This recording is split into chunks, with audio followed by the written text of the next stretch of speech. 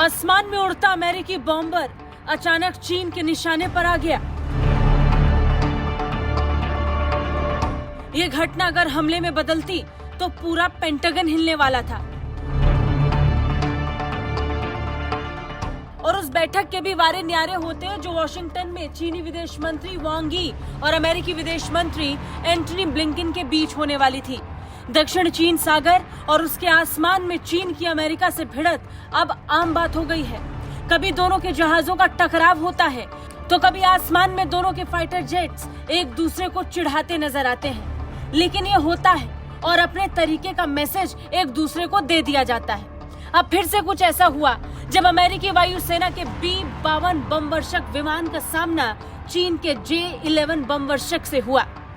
दोनों के बीच केवल 10 फीट की दूरी थी। दूरी तो फिर भी ठीक है, लेकिन इस बार तो ये एक दूसरे के निशाने पर थे। एक बटन दबता और दक्षिण चीन सागर में सैन्य ताकत में जबरदस्त इजाफा देखने को मिल जाता। हालांकि दोनों के बीच में टकराव बाल बाल होने से बचा। अमेरिकी रक्षा विभाग पेंटागन की माने तो पीपल रिपब्लिक ऑफ चाइना के J-11 के पायलट ने अमेरिकी वायुसेना B-52 विमान को असुरक्षित तरीके से उसका रास्ता रोक दिया, जो कानूनी तौर पर दक्षिण चीन सागर पर नियमित संचालन कर रहा था।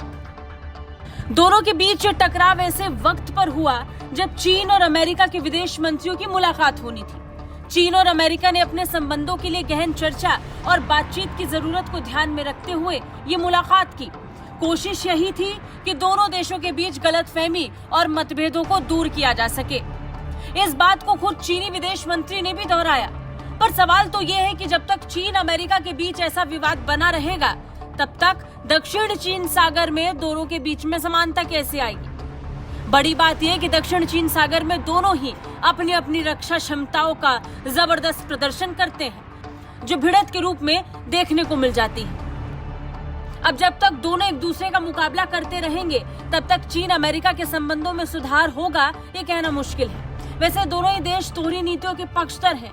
एक दूसरे के पक्के दुश्मन होने के साथ साथ एक दूसरे के साथ दोस्त भी बना रहना चाहते हैं। लिहाजा टकराव न होने की उम्मीद कम ही है। ब्यूरो रिपोर्ट, भारत तक।